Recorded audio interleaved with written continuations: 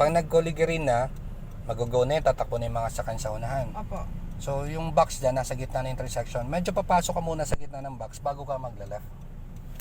Hindi kasi pwedeng hindi pa tayo nakakapasok sa box. Okay, Ibig release sabihin ng brake. nakalagpas ako doon. Maintindihan naman siguro nila. Magagas ka po ng konti para makahabol tayo sa traffic lights, ma'am.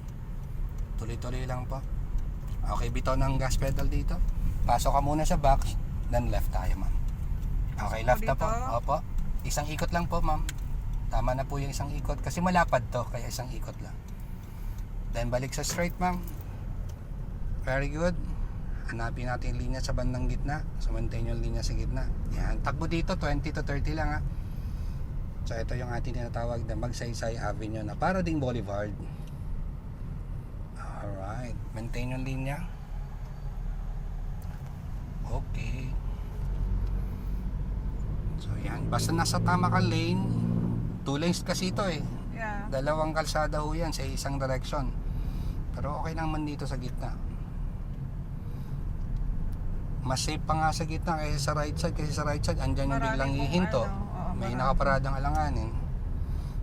So mas safe pa rin dito sa gitna. Total sa lugar na to, hindi naman natin kailangan bumilis. Tuloy mo lang. Basta may distansya sa sakyan sa unahan. Kahit po padyak ka, may distance pa rin tayo. Kahit ka motorsiklo, kahit bisikleta, keep distance. Huwag mo lalapit dyan sa sakyan sa unahan. Okay. Magla-left naman po yung ating padyak. Tayo naman straight. Diretso ulit. Tuloy-tuloy. Ayan, meron tayong pedestrian lane.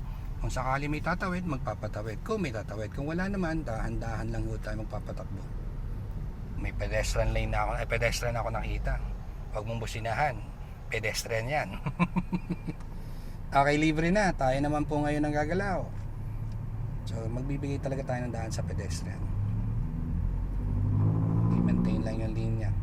Huwag masyadong malapit sa pampasaherong jeep. Yan ang hindi mo dapat ma'am sinusundan ng malapit. Yung mga lahat ng klase ng pampasaherong sasakyan. Tulad ng bus, jeep, van, tricycle. Sama mo na yung pwede ka po padyak. So, lagi tayo may distansya sa kanila. Tuloy-tuloy ulit. Approaching tayo another intersection. Na-maintain yung linya. Yung mata naman ay nakikita ko umiikot at sinisilip yung mga salamin. So tama po yun. Tuloy-tuloy lang ma'am. Ayan, approaching naman another intersection. So kailangan mag-slow down. Hindi naman kailangan pang tumigil. Slow down na muna to check left and right. Kung safe, tuloy-tuloy lang tayong tatawid. Another intersection yan. Si-observe mo yung mga kasama natin. Kung anong mga plano nila. Okay. Kami naman ang magkocross. Alright, and straight ulit. Diba kahit may truck, hindi natakot si ma'am. Nagbago na kaagad. Sabi ni ma'am, anong kala nyo? Basta nasa linya ako, sabi ni sir, dito lang ako. Hindi nyo ako sa... Pero dapat lagi mong i-anticipate o hulaan mong bawat galaw nila. Okay, diretso pa rin. Magsaysay Avenue pa rin naman to. Another intersection ulit. Bibitawan yung gas pedal, nakalalay sa brake. At may plano yatang tumawid yung sasakyan na puti.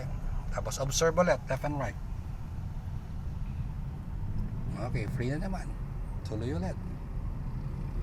Alright. Okay, approaching tayo sa rotonda ma'am. Medyo may kaliitan po yung rotonda ng Naga City. Ang plano ho natin ay mag-cross o tumawid lang. So tatawid lang tayo ng rotonda. Kung ikaw tatanungin ko at naalala mo sa TDC, kapag tatawid ng rotonda, outer tayo o inner? Dito po, sa kanan. Sa kanan tayo. So bago man lang dumating sa BDO, may BDO dyan sa unahan natin, keep right ka na. Pwede ka mag-signal. Tingnan mo sa kanang salamin. Pag safe na, dahan-dahan ka na pong lilipat ng right side. Silip sa salamin mama. At may mga kasama tayo. Pero kapag nakasignal ka naman kasi, yung mga nasa likod mo, ang alam na kasi nila may plano ka mag-right, magbibigay din naman yan ng daan. I-observe mo lang. I-anticipate mo rin na nagbibigay ba siya ng space para sa atin. Pwede po. Opo, pwede na. Yan na. Nakita mo na libre na. So, eto ng linyang ito ang gamitin mo. So, straight pa rin ma'am. Rotonda na tayo approaching. Ang usapan sa rotonda, Kung sino nasa loob na rotonda, yun po ang priority. Tayo papasok pa lang ang magbibigay ng Bibitaw daan. muna ako ng gas. Yes, Hindi pwede ako ma'am. comfortable. Opo, wag ka muna mag-gas. Pero keep right ka na konti. Medyo malapit dito sa right side. Konti pang right, ma'am. Konti pa. Tapos apply ko ulit ng konting brake. Nakita mo yung arrow, ma'am? Sundan mo lang po yung arrow. Pero tingin ka rin sa kaliwa, ha? Titingnan mo rin yung kaliwa. Ayan, yung arrow na yan, papunta po yan ng diversion Ito, road. ito? Oo, patawid lang yan. Yan ang gas susundan mo. Kung tatawid ka lang ng rotonda. Pwede na. Tingin sa kanan naman. Yan, kasi kaliwat kanan na makikita mo sa rotonda. Pwede na. Tingin doon sa kaliwa. Silipin yung mga sasakyan sa likod. Yun. Sundan na po yung sasakyan natin sa unahan.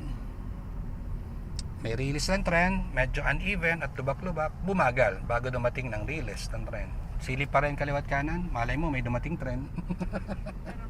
Wala naman ma'am, may schedule po yan. Saka ibinababa yung pole kapag dumadaan ng tren. Apo. Okay, takbulat sa takbong 25 to 30 kilometers per hour. Okay. Maray na aga sa Indogabos.